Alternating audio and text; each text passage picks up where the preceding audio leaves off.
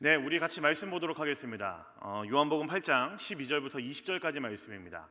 요한복음 8장 12절부터 20절까지 말씀입니다.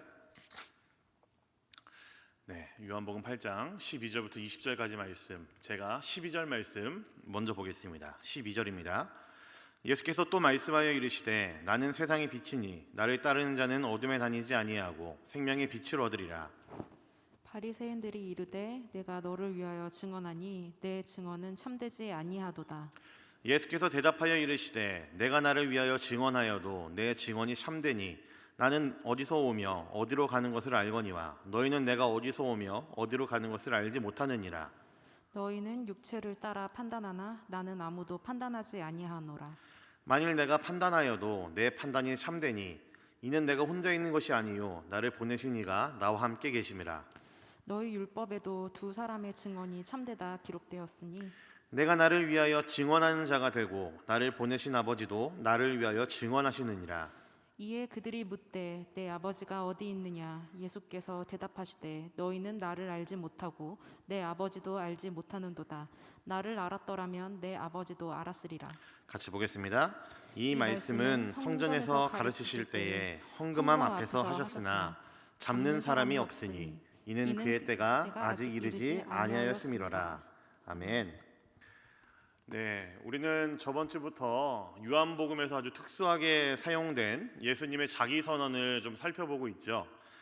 에고 에이미라고 하는 예수님의 그 자기 선언이 총 7번 사용되었는데 우리 그거를 이제 한 주에 하나씩 살펴보기로 이야기를 했습니다.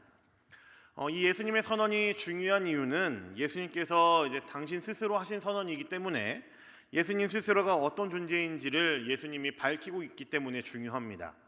그래서 우리가 참으로 믿고 의지해야 될 우리 예수님이 어떤 존재인지를 예수님께서는 너무나 분명하게 확실하게 그 문장에 담아서 설명을 하셨습니다. 제가 그래서 좀 저번 주에 그렇게 좀 장난식으로 이야기를 하긴 했어요. 예수님께서 만들어 놓으신 알약이라고 캡슐이라고 말씀을 드렸었죠. 7가지의 에고 에이미 속에 예수님이 어떤 존재인지를 예수님께서는 너무나 풍성하게 그리고 너무나 깊게 그 의미들을 담아 놓으셨습니다. 지난 시간에는 나는 생명의 떡이다 라는 선언을 좀 함께 살펴보았습니다. 혹시 기억하실지 모르겠어요. 예수님께서 말씀하신 생명의 떡이라는 것은 이 땅을 살아가면서 우리의 육체를 살찌우거나 그리고 입히는 그런 비오스의 떡이 아니라 우리의 구원과 관련되어 있고 우리의 영원한 생명에 관련되어 있는 조회의 떡이라고 말씀을 드렸습니다. 거기서 말하는 생명이라는 것이 바로 비오스가 아니라 조회의 떡이라고 말씀을 드렸었죠. 그래서 우리는 세상에서 주는 비오스에 현혹돼서 사는 것이 아니라 세상이 주는 비오스에 우리가 집중해서 사는 것이 아니라 오직 우리의 생명의 떡이신 예수 그리스도 그 조회의 떡을 바라보면서 예수님을 소망하면서 살아가는 자들이어야 된다라고 말씀을 드렸습니다. 기억을 하시겠죠? 네, 오늘은 예수님의 두 번째 자기 선언인 나는 세상의 빛이다 라는 이 선언을 좀 함께 살펴보려고 합니다. 오늘은 예배 앞서 광고 시간에 한 7분 정도 영상을 보았는데 제가 또 센스가 없는 사람이 아니니까 이제 시간을 감안해서 설교를 한번 진행해 보도록 하겠습니다. 우리 청년들은 빛이 얼마나 중요한지 아십니까? 빛. 뭐 햇빛은 말할 것도 없고 뭐 이런 전기를 통해서 들어오는 빛, 뭐 어둠을 밝힐 수 있는 빛이라고 한다면 모든 것이든 괜찮을 것 같습니다. 여러분은 빛이 얼마나 중요한지 알고 계십니까? 빛이 얼마나 중요한지 그것을 알려주는 사건이 하나가 있습니다. 물론 뭐 저 태어나기 전에 훨씬 이전의 사건인데요. 1977년 7월 13일에 미국의 대도시 뉴욕에서 정전이 일어났었습니다. 뭐 70년대이긴 하지만 그때도 이미 전기는 보편화된 시기였었고 그리고 그 어떤 나라 그 어떤 도시보다도 문명화되고 발달된 도시가 뉴욕이었음에도 불구하고 그 뉴욕이라는 큰 대도시에 일어난 그 정전은 굉장히 큰 사건이었습니다.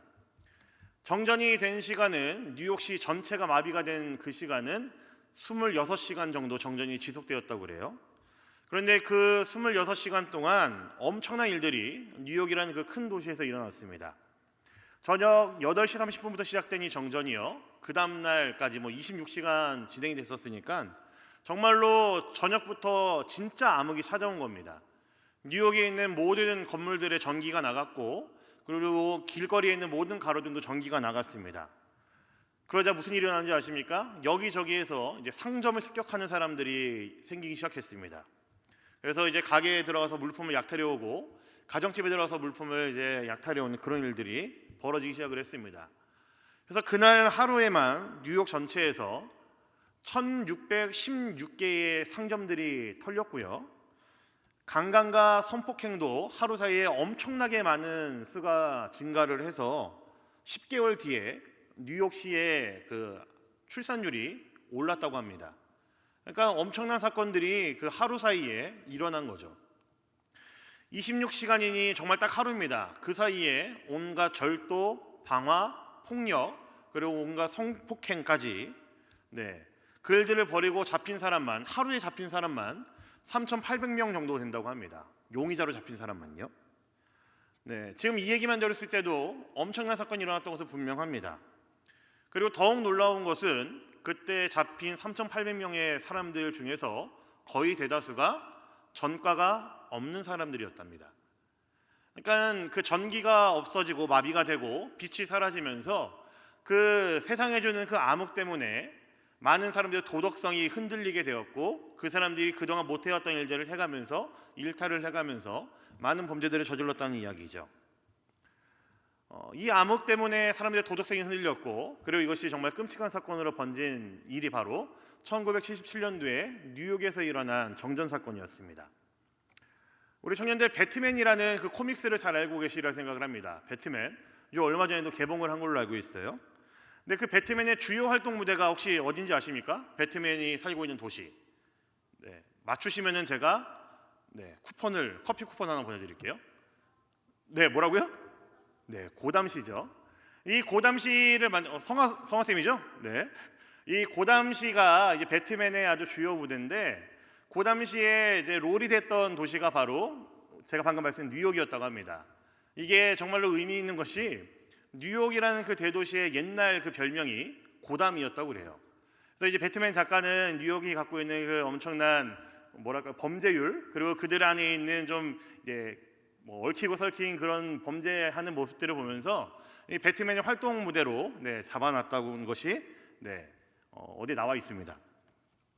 아무튼 중요한 것은 이거죠. 이 빛이라는 것이 얼마나 중요한지를 우리가 알아야 된다는 겁니다.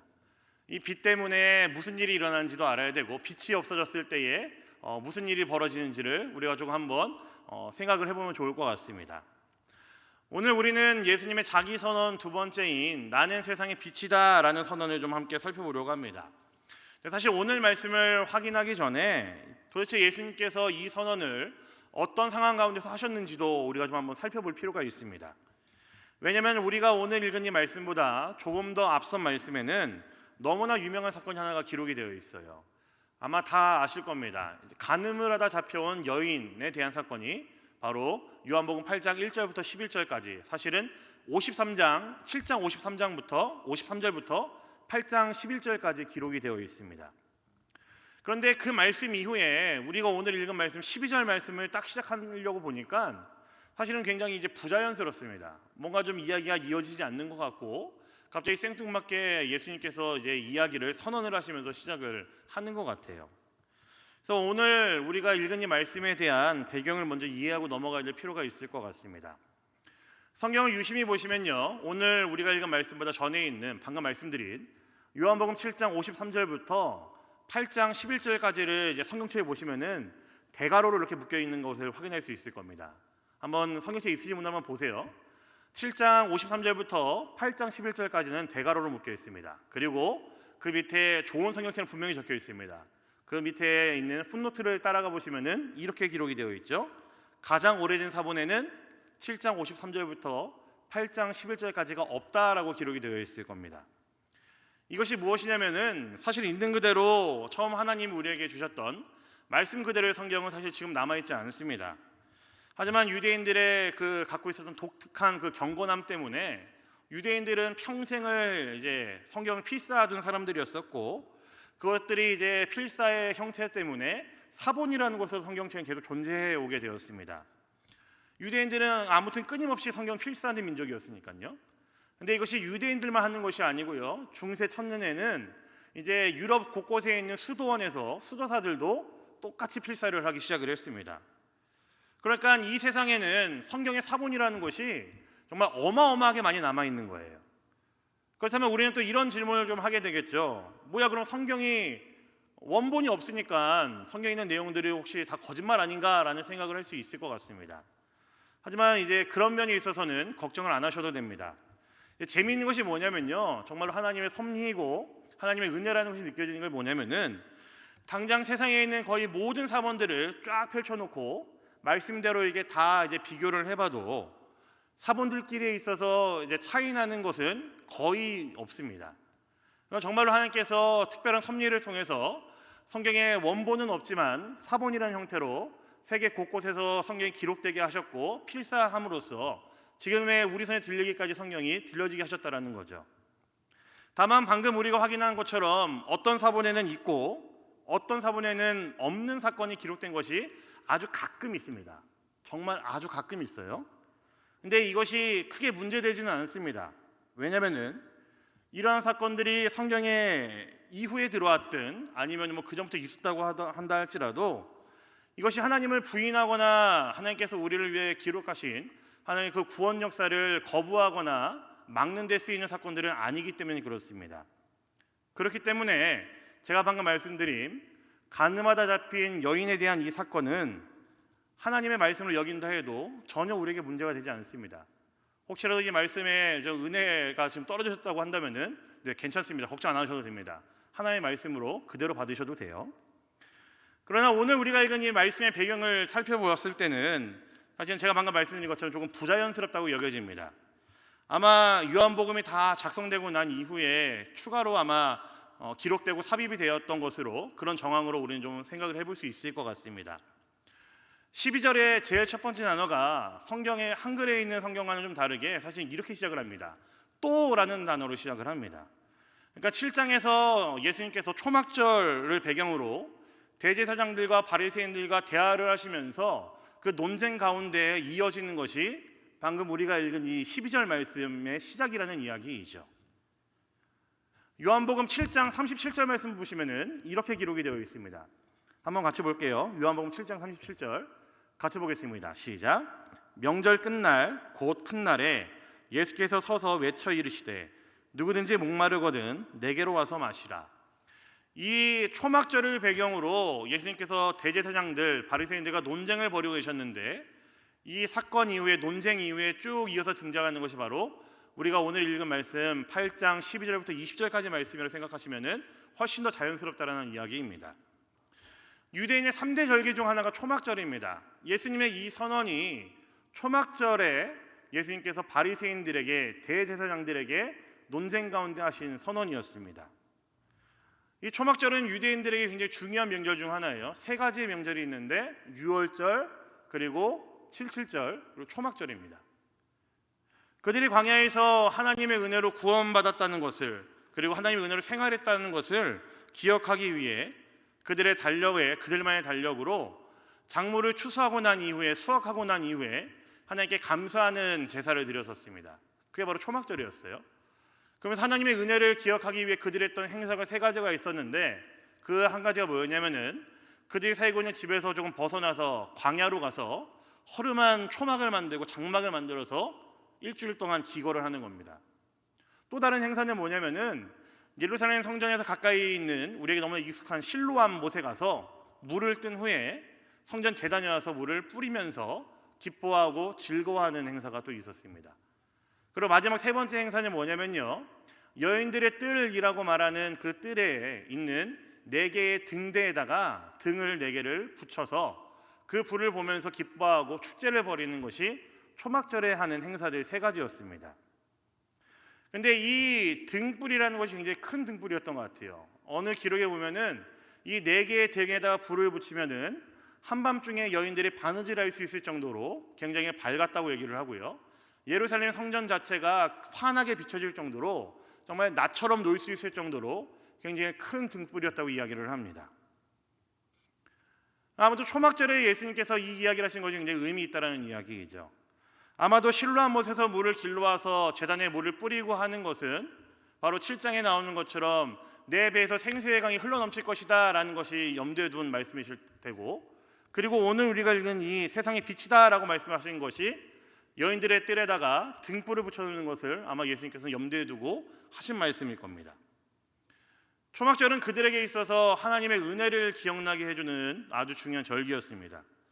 애굽에서 꼼짝없이 살다가 노예로 죽어야 했던 자들, 소망이 전혀 없었던 이스라엘 백성들에게 하나님께서는 직접 오셔서 출애굽시켜 주시고, 그리고 아무것도 없는 그들을 광야에서 먹이시고 입히시는 것, 광야에서 정말 꼼짝없이 죽어야 되는데 그런 그들을 직접 거두시고 먹이시고 입히시고 인도하시는 것, 이것이 바로 초막절에 이스라엘 백성들이, 유대인들이 기억해야 되는 하나님의 은혜였었습니다.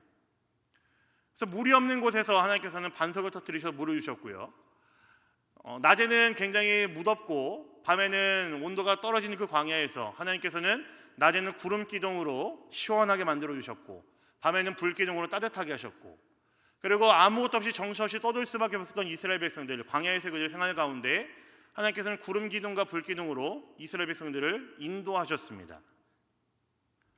많은 사람들은 이 이스라엘 백성들과 함께 있는 구름 기둥과 불 기둥을 보면서 아마 이런 생각했겠죠.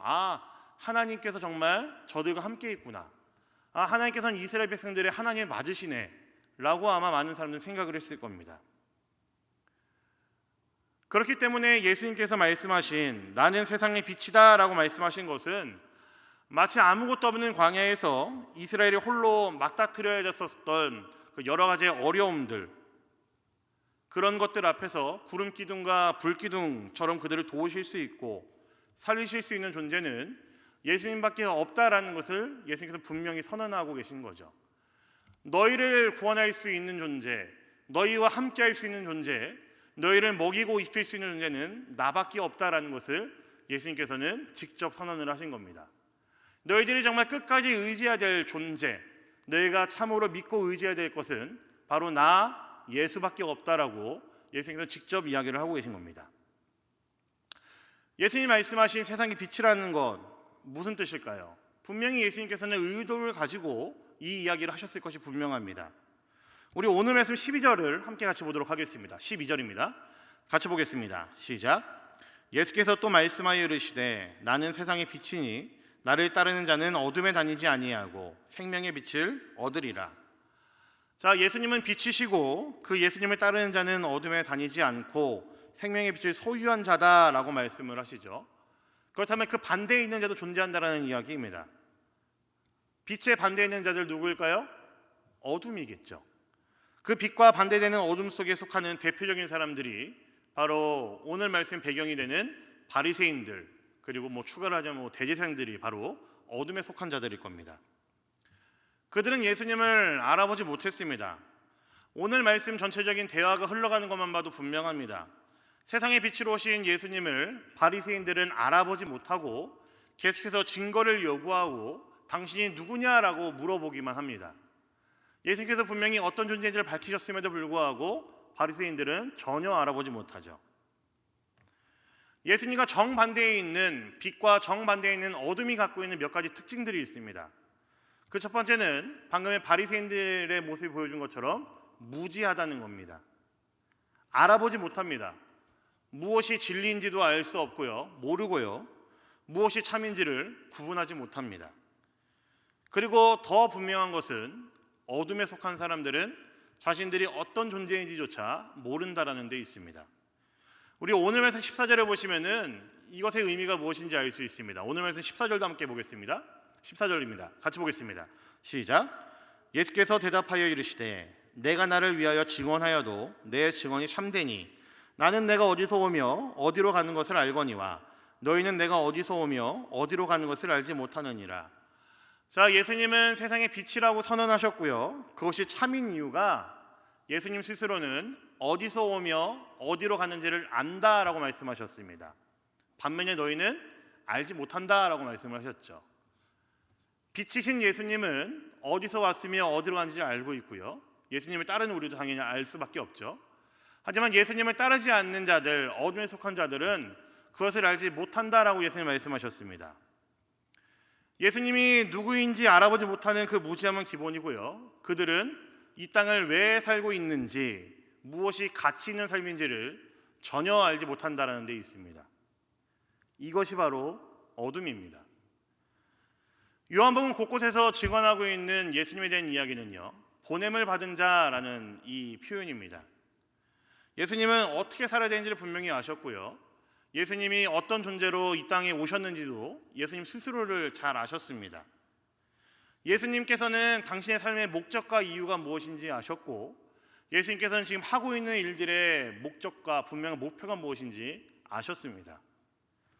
예수님을 따르는 자들 또한 마찬가지입니다. 우리가 빛이신 예수님을 따른다라는 것은 우리도 이제 안다는 이야기입니다.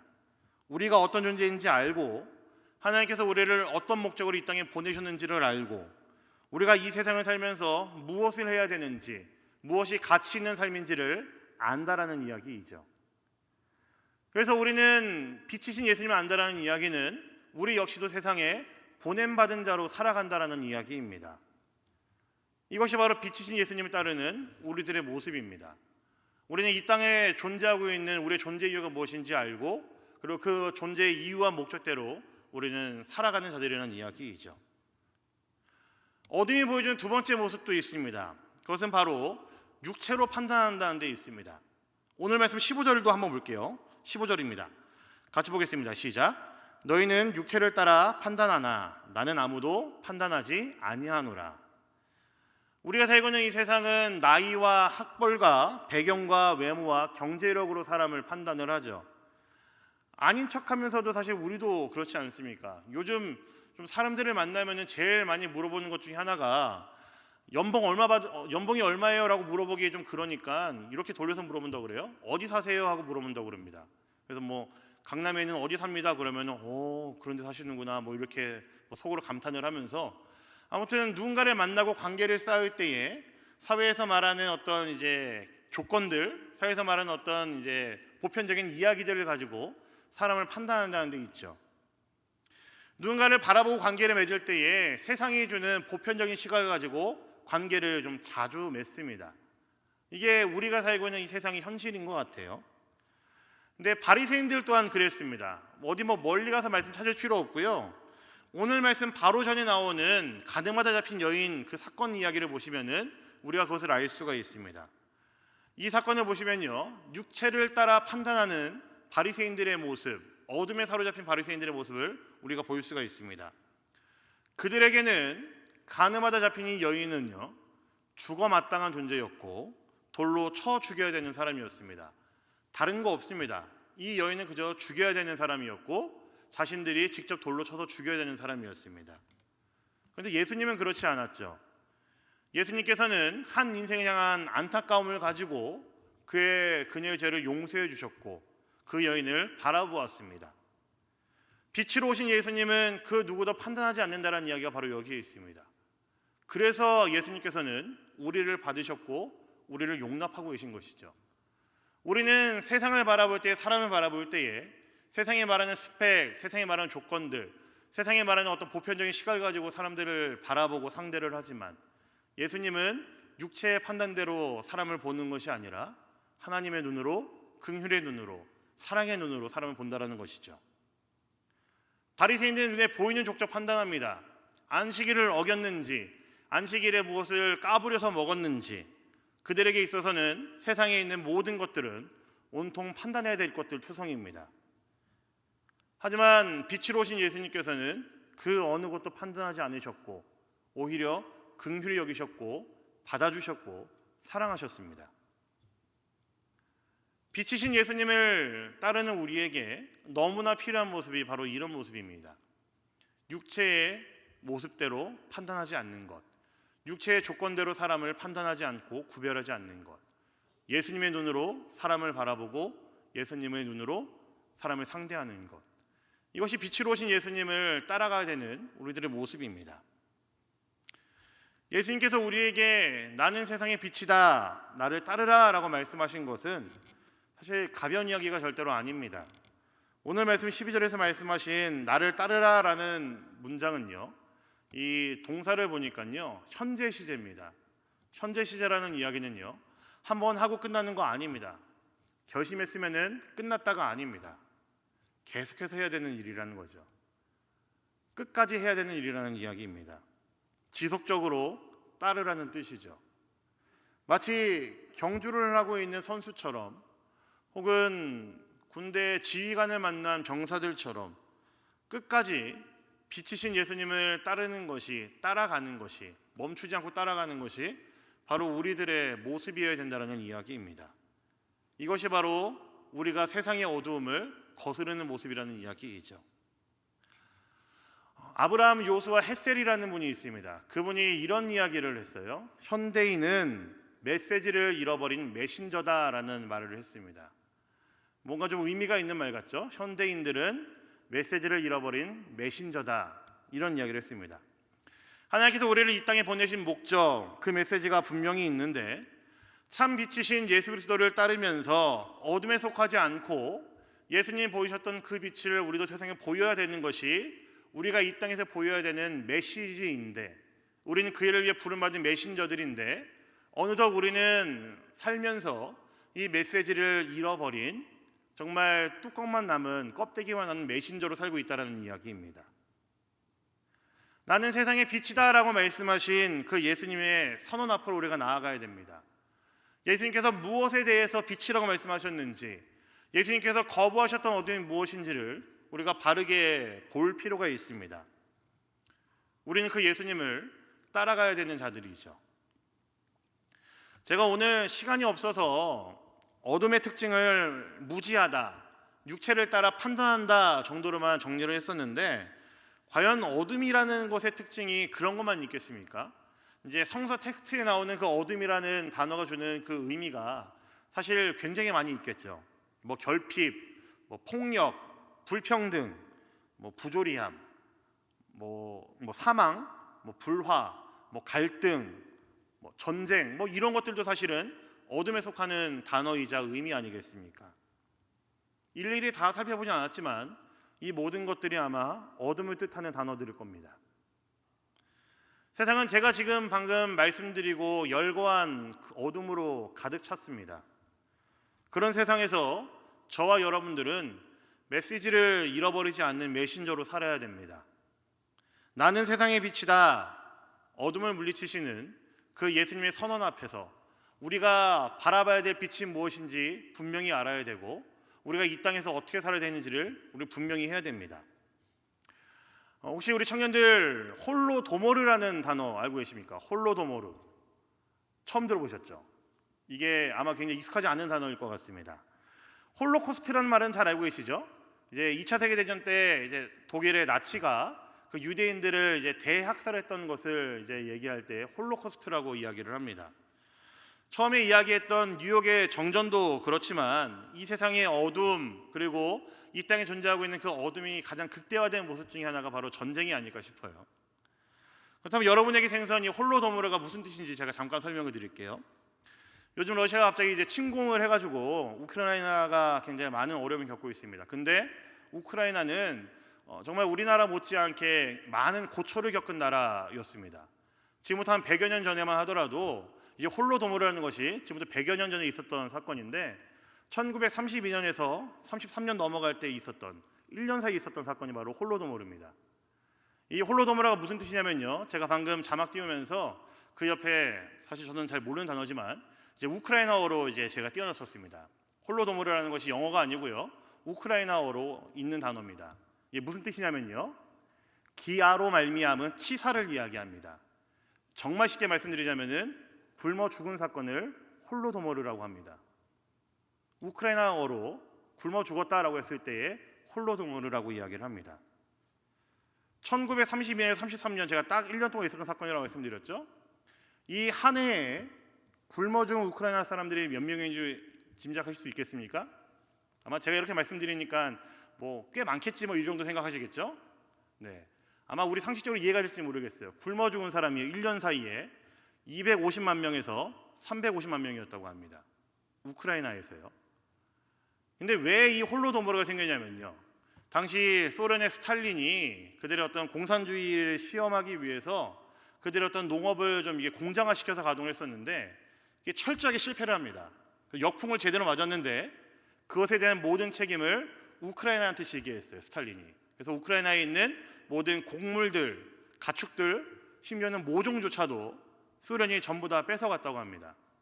그래서 아무것도 먹을 게 없어진 우크라이나 사람들이 굶어 죽기 시작했는데, 도시에서 길거리 걸어가다 사람들이 굶어 죽은 시체들을 발견할 수 있었고, 그게 250만 명에서 350만 명 정도 되는 많은 수가 1년 사이에 굶어 죽었다라고 합니다. 처음 듣는 이야기죠. 왜 그런 일이 가능한지 아세요? 홀로코스트는 우리에게 유명하지만 홀로도몰은 왜 생소한지 아세요? 왜냐하면 스탈린이 모든 언론을 이제 통제를 해서 소련이 붕괴되는 91년까지는 이 사건이 세상에 알려지지 않았습니다. 그리고 그 60년 동안 이 사건이 벌어지는 것을 나갈 것을 이제 새 나갈 것을 염려한 스탈린이 또 함께 많은 학살들을 자행을 하는데 350만 명 이후에 일단은 추산을 하기로 계산을 하기로는 1000만 명에서 1450만 명 정도가 더 죽었다고 합니다. 희생되었다고 합니다. 우크라이나 국민의 4분의 1이 죽었다는 이야기죠. 상상만 해도 끔찍하죠. 이런 엄청난 사건을 겪은 것이 불과 100여 년에 겪은 것이 우크라이나였습니다. 그런데 그런 우크라이나에 러시아가, 소련의 후예인 그 러시아가 또다시 침공을 해서 지금 전쟁이 벌어지고 있죠. 이런 아픔을 겪은 우크라이나이기 때문에 이번에도 또 엄청난 비극을 같이 겪고 있습니다. 그래서 우리가 사실은 청년들이 더 오히려 이 마음이 깨어 있는 것 같아요. 그래서 계속 기도할 때도 의도적으로 다들 우크라이나 이야기를 좀 언급을 또 하면서 같이 한 마음으로 기도를 하고 있는 거 아니겠습니까? 우크라이나 상황만 그런가요? 이번 주 내내 우리나라 계속 이제 휩쓸었던 기사 중에 하나가 그거였죠. 대선과 함께 울진과 삼척 쪽에 일어난 산불 때문에 많은 우리나라 국민들도 고통 가운데 있습니다. 무시무시한 기세로 번지고 있어가지고 굉장히 큰 위험 요소로 남아 있습니다. 눈에 보이지 않는 조그마한 병균 코로나19로 인해서 전 세계가 2, 3년째 지금 고통받고 있는데 이런 일들은 또 어떻습니까? 이루 말할 수가 없죠. 세상의 아주 작은 단면만 제가 이야기를 했지만 이것만 봐도 세상은요 굉장히 어두운 것들 투성입니다. 그래서요 여러분, 이 세상은 예수님이 필요합니다.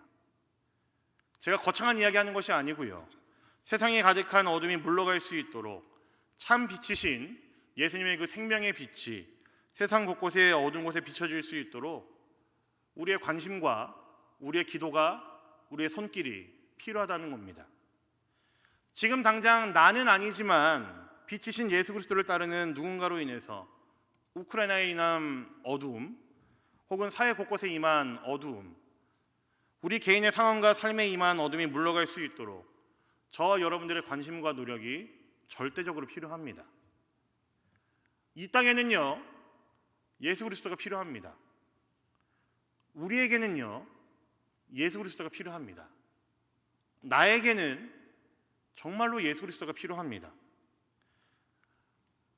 우리를 둘러싸고 있는 그 모든 어둠들 속에서 우리가 참으로 희망 잃지 않고 소망 잃지 않으려면 우리는 예수 그리스도가 필요하다라고 인정해야 되고 그 예수 그리스도만 찾아야 되고 빛 대신 그 예수 그리스도만을 우리는 붙들어야 됩니다.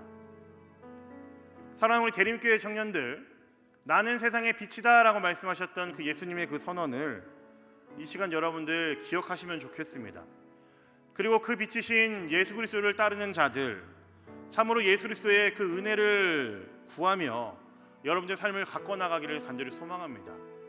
우리가 이 땅을 왜 살고 있는지를 분명히 알아야 되고요, 하나님께서 우리를 왜 이 자리를 부르셨는지 분명히 그것에 대한 답이 우리에게 있어야 됩니다. 우리는 세상을 허투루 살 수가 없습니다. 남들과 똑같이 우리는 무가치하게 불필요하게 세상을 살 수가 없습니다. 불성실하게 살 수도 없습니다. 여러분들의 삶이 성실해야 되고요, 여러분들이 지금 하고 있는 일이 무엇이든지 간데 그 일 자체는 정말로 예수님께서, 우리 주님께서 여러분들이 필요하기 때문에 그 자리에 불러주신 자리라는 것을 반드시 기억하셔야 됩니다. 이것이 바로 빛 대신 예수 그리스도를 따르는 우리들의 모습입니다. 우리들의 말 한마디, 우리들의 관심들, 우리들의 기도의 방향들, 기도의 목표들, 세상에 임한 어둠들을 향한 것이어야 됩니다. 세계를 부둥켜 하는 기도라는 표현이 있습니다. 우리 그리스도인들이 반드시 해야 되는 기도는요, 세계 곳곳에 도사리고 있는 암흑 속에 있는 세계의 모습들, 그것을 우리는 마음에 품고 기도하는 자들이어야 됩니다. 사랑하는 우리 대림교회 청년들, 참으로 빛으로 오신 그 예수 그리스도를 여러분들의 마음에 품으시고 예수 그리스도의 필요함을 여러분들 절실히 느끼시고 그 예수님, 빛 대신 그 예수님 앞에 여러분들의 삶을 비추어드리며 여러분들의 삶을 내어드리면서 살아갈 수 있는 여러분들이 되기를 간절히 소망합니다. 우리 이 시간 말씀 기억하면서 함께 찬양으로 고백했으면 좋겠습니다. 예수 우리들의 밝은 빛이라는 찬양이 있는데요, 참으로 이 땅에 참 빛으로 오신 그 예수 그리스도의 그 은혜를 기억하시면서 함께 고백하시고 기도에 나아가도록 하겠습니다.